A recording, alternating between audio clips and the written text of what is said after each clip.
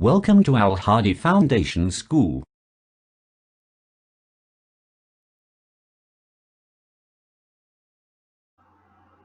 Bismillahirrahmanirrahim. Assalamu alaikum dear students. Students, today we are going to start our maths lecture from book page number 4, unit number 1, physical quantities and measurements. ये हमारा unit number 1 है, physical quantities and measurements. और आज जो हमने topic start करना है वो है फिजिकल क्वांटिटीज़। आपकी बुक के पेज नंबर 4 से ये टॉपिक आपको नज़र आ रहा होगा, फिजिकल क्वांटिटीज़। आज हमने इस टॉपिक के बारे में डिस्कस करना है कि फिजिकल क्वांटिटीज़ क्या होती है। तो जैसे कि आपकी जो टॉपिक है उसके जो फर्स्ट लाइन आपको नज़र आ रहा होगा, all measurable quantities are called physical quantities. ये सारी मेजरेबल क्वांटिटीज़, ऐसी क्वांटिटीज़ जिनको हम इजीली मेजर कर सकें, जिनको हम इजीली पैमाइश जिनकी हो सके, वो होती है फिजिकल क्वांटिटीज़। ठीक है, ऐसी तमाम क्वांटिटीज़ जिनको हम इजीली जिनकी पैमाइश कर सकें, जिनको इजीली मेजर कर सकें, वो सारी क्वांटिटीज़ फिजिकल क्वांटिटीज़ होती हैं। तो ये जो है ये आपकी फिजिकल क्वांटिटीज़ की डेफिनेशन है। All measurable quantities are called physical quantities. Example के जैसे सच एज लेंथ, जैसे कि लेंथ लंबाई होती है, हम उसको मेजर कर सकते हैं कि इस चीज़ की लेंथ कितनी है। ठीक है, आप लेंथ किसी भी चीज़ की फाइंड कर सकते हैं, तो ये क्या है, उसको मेजर कर सकते हैं, तो वो मेजरेबल क्वांटिटी है। मैस, ठीक है, मैस भी जैसे कि वेट वगैरह, तो मैस भी हम किसी भी चीज़ का वॉल्यूम फाइंड कर सकते हैं कि वो कितना है, तो वो भी मेजरेबल है। तो ये मेजरेबल क्वांटिटीज़ हैं। टाइम, हम टाइम भी नोट कर सकते हैं कि क्या टाइम है, कि कौन सा काम, जैसे हम फॉर एग्जांपल हम कोई काम कर रहे हैं, तो उस काम के लिए हमें ये चेक करना है कि ये काम जो है वो कितने टाइम में कंप्लीट होगा।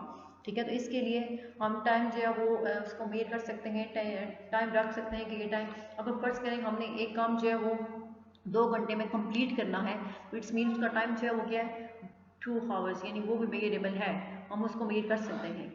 एंड टेम्परेचर, और टेम्परेचर भी इसी तरह मेजर हो सकता है। जैसे कि आजकल आपको पता है कि जैसे समर सीज़न है तो वहाँ पे टेम्परेचर बहुत ज़्यादा होता है, तो ये टेम्परेचर हम डेली रूटीन पे उसको मेजर कर सकते हैं। तो ये सारी क्वांटिटीज़ जो है वो मेजरेबल क्वांटिटीज़ है। जैसे कोई भी क्वांटिटी जो जिसको हम इजीली मेजर कर सकें वो होती है फिजिकल क्वांटिटीज़। और एग्जांपल्स में आपको पता है कि length, mass, time and temperature इसकी एग्जांपल्स हैं। नेक्स्ट अब देखिए, नेक्स्ट आप सेकंड क्या है, a physical quantity possesses at least 2 characteristics in common. कि फिजिकल क्वांटिटीज़ में एटलीस्ट जो है वो 2 करेक्टरिस्टिक्स कॉमन होती हैं। अब देखें वो 2 करेक्टरिस्टिक्स जो है वो कौन सी हैं, वो 2 करेक्टरिस्टिक्स जो है वो कौन सी है। एक मिनट, ये देखिए यहाँ पे कि फिजिकल क्वांटिटी जो होती है एटलीस्ट कम से कम उसमें 2 करेक्टरिस्टिक्स, 2 खूबियाँ जो है वो कॉमन होती हैं।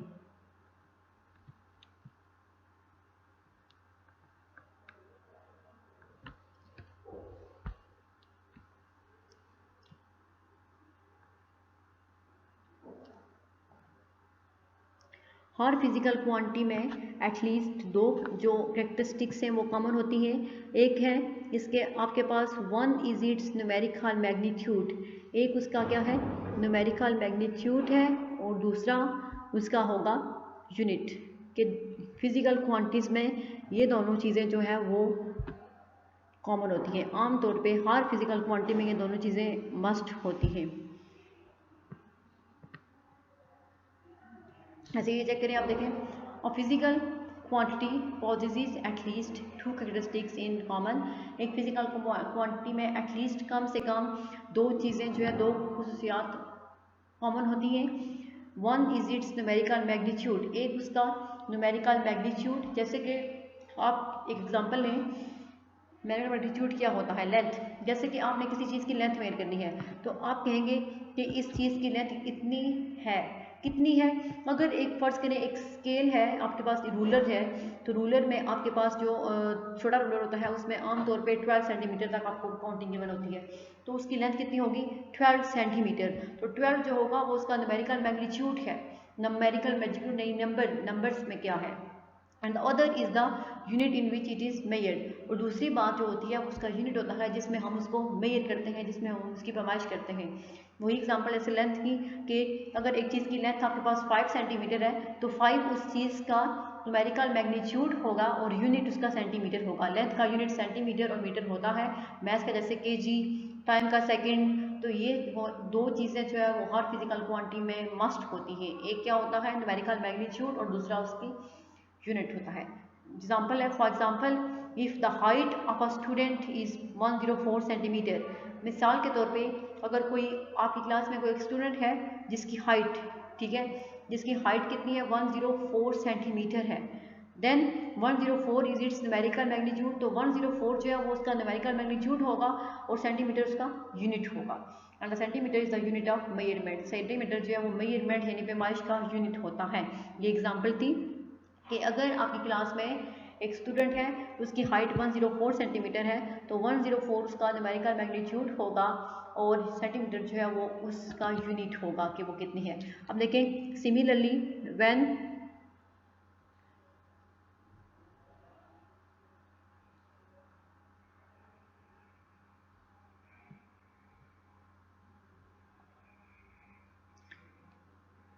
अब देखिए यहाँ पे when a grocer says that when a grocer says that each bag contains 5 kg sugar।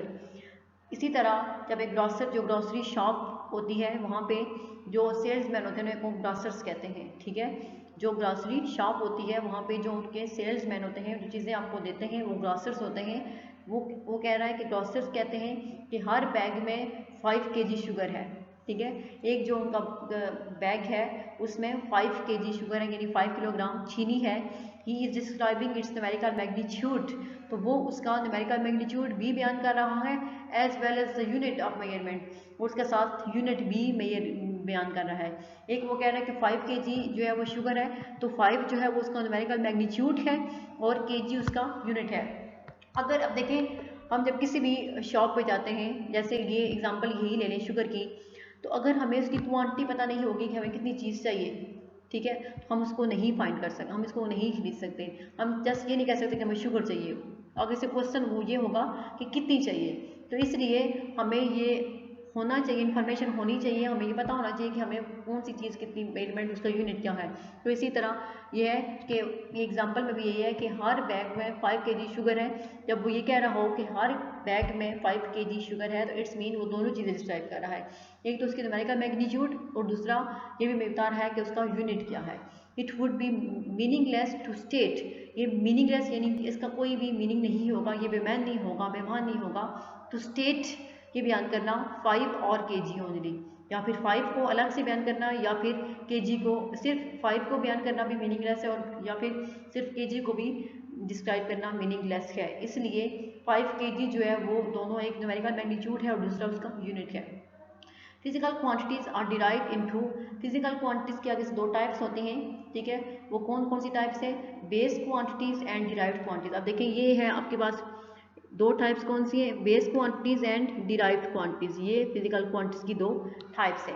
अब हम ये चेक करते हैं कि बेस क्वांटिटीज़ कौन सी होती हैं और फिजिकल क्वांटिटीज़ क्या होती हैं। अब यहाँ पे देखें ये फिजिकल क्वांटिटीज़ की दो ब्रांचेस जो दो हैं टाइप्स हैं उनको मैंने डिस्क्राइब किया है। ये क्या है, बेस क्वांटिटीज़ और डिराइव्ड क्वांटिटीज़। अब बेस क्वांटिटीज़ कौन सी होती हैं और डिराइव्ड क्वांटिटीज़ कौन सी होती हैं, इनके बारे में हम जो है वो अभी पढ़ते हैं नेक्स्ट पेज पे इंशाल्लाह।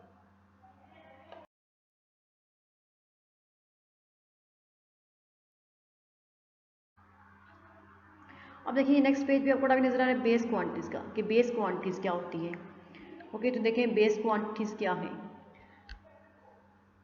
देर आर 7 फिजिकल क्वांटिटीज़, हमारे पास 7 फिजिकल क्वांटिटीज़ हैं which form the foundation for other physical quantities.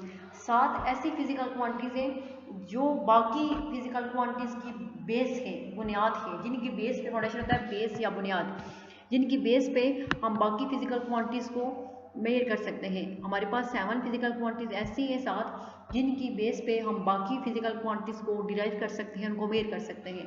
तो उन क्वांटिटीज़ को these physical quantities are called the base quantities. और ये जो 7 फिजिकल क्वांटिटीज़ हैं इनको हम बेस क्वांटिटीज़ कहते हैं।